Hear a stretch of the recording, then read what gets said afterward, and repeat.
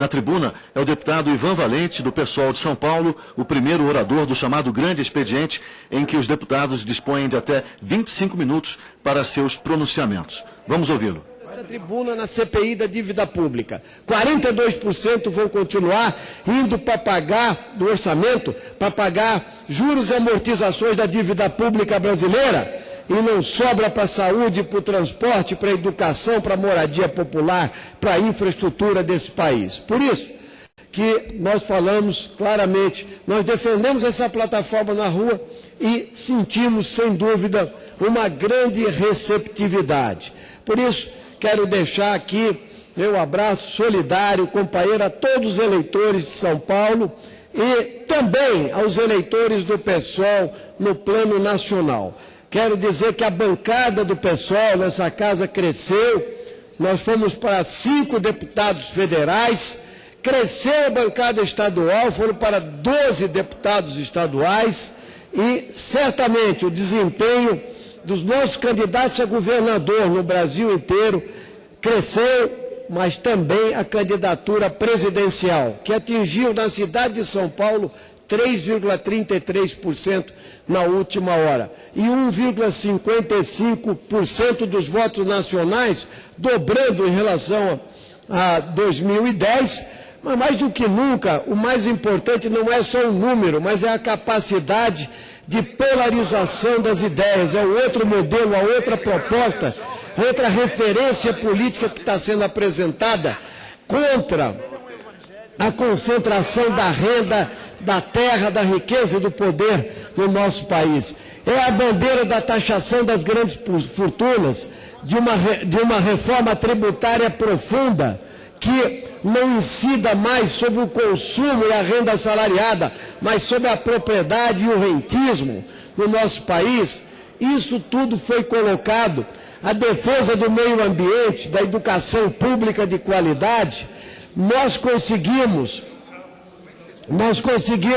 colocar em pauta a pauta dos direitos humanos, dos direitos civis, e ficou absolutamente claro, e vamos ter um grande embate nessa casa, que continua muito sério o preconceito, a discriminação no nosso país. Por isso a nossa luta contra o racismo, contra o machismo, contra a homofobia, que se manifestou inclusive em debates televisivos vergonhosamente por um dos candidatos a presidente da República.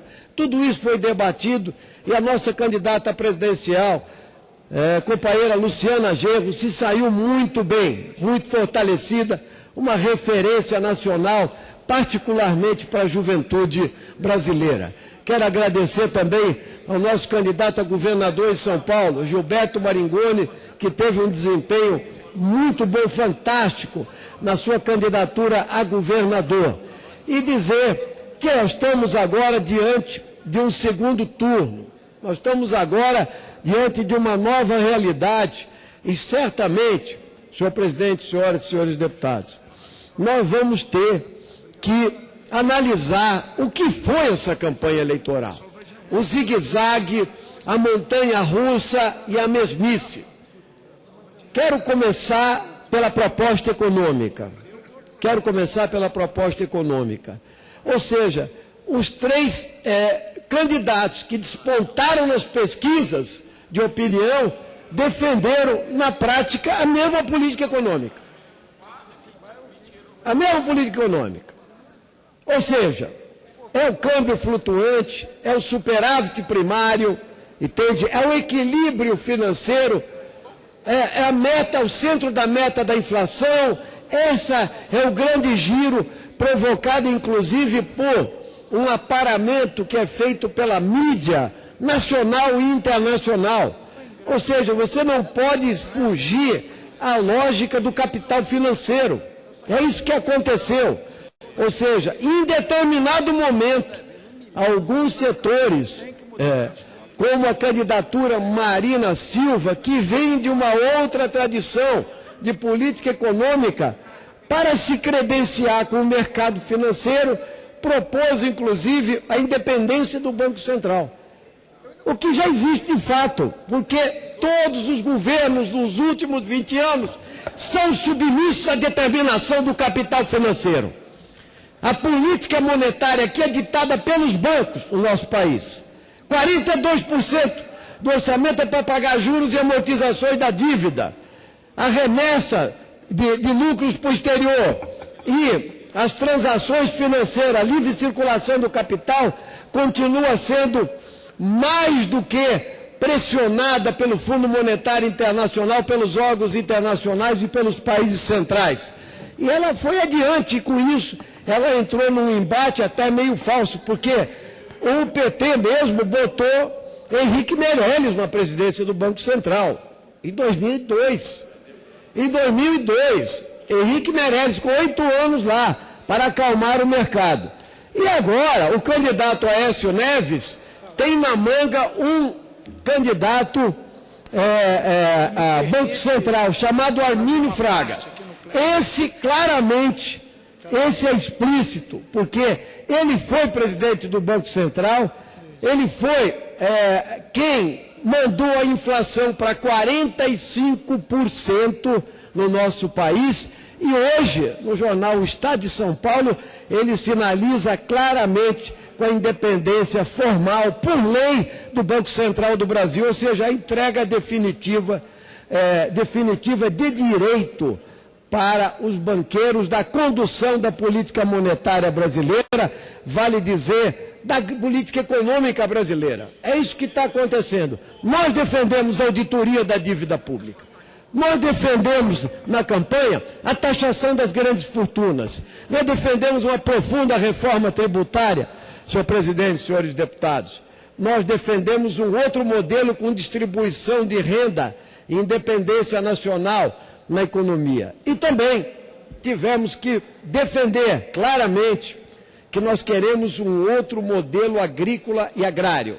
Não foi tocado, porque os debates eram muito restritivos, como você sabe, companheiro Chico Alencar, que várias questões não foram tocadas. É o caso da reforma agrária, o caso da demarcação das terras indígenas, né, onde um modelo predomina e não se avança. Dilma mesmo não avançou em nada na reforma agrária, nem na demarcação das terras, por resistência da bancada ruralista nessa casa enorme. E esse assunto foi esquecido do debate, mas nós vamos reafirmar. Nós vamos reafirmar que é preciso um outro modelo agrícola e agrário com sustentabilidade, com inovação tecnológica, com limitação drástica do uso de agrotóxicos e tudo isso que ainda não apareceu. Mas a pauta também caminhou claramente para uma pauta conservadora, porque ganhar votos e trabalhar com o senso comum é a lógica de certas candidaturas para chegar lá. É o caso da redução da maioridade penal, trabalhada por tantos candidatos a deputado, e a governador e a presidente da República, caso do senhor Aécio Neves, que sinalizou na última hora por aí, redução da maioridade, como se isso resolvesse o problema da sociedade brasileira, entupir as cadeias com mais jovens, colocar amadores para retirar profissionais de lá. Isso ligado à visão de combate ao tráfico de drogas, que é um modelo falido defendido, que foi vencido nos Estados Unidos da América e em todos os países. Então, isso apareceu porque se trata de debater o senso comum. E também a luta pelos direitos civis, a luta contra o racismo, que apareceu direto aí nas manifestações públicas e, inclusive, nos campos de futebol, durante a campanha eleitoral, né?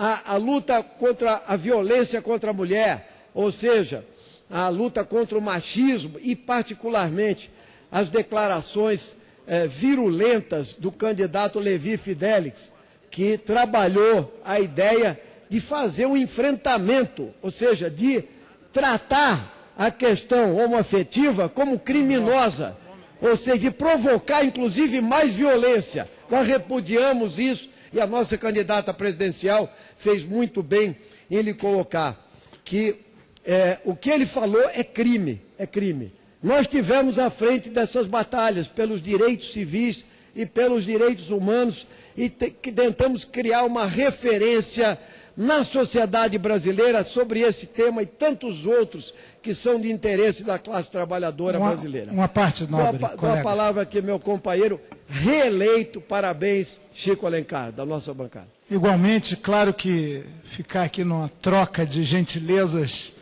não é muito adequado, mas, sem dúvida, sabendo da forma como você, companheiro Ivan Valente, faz a campanha com ideias, causas, história de luta e sem aquelas máquinas de capturar votos, uma campanha despojada, conseguir no estado de São Paulo quase 170 mil votos, é uma proeza da boa política, da qual esse país anda tão carente. Essas eleições revelaram o poço mais profundo da degeneração do sistema representativo atual no Brasil. As eleições são marcadas pelo poder econômico, pelo financiamento empresarial milionário, pelos cabos eleitorais pagos, constituindo verdadeiros exércitos, pelas placas infindáveis que inundaram praças, ruas, cidades, o país inteiro. E quem vê placa não vê convicção. Parafraseando o grande Cartola, meu sambista, carioca, brasileiro do mundo, placa não fala, simplesmente exala o odor não muito saudável de grana em demasia na campanha. E isso não soma para boa política. Nós do PSOL conseguimos, ainda que continuando um pequeno partido com vocação de grandeza, ampliar a nossa bancada aqui, uma votação expressiva também para deputados estaduais e vamos continuar fazendo a política com ideias e causas, propostas, discussão, debate, princípios, valores. E assim eu também, nesse meu novo mandato, que me foi oferecido pelo povo do Rio de Janeiro, e dele muito me orgulho, não sou melhor do que ninguém, apenas fizemos um trabalho coletivo.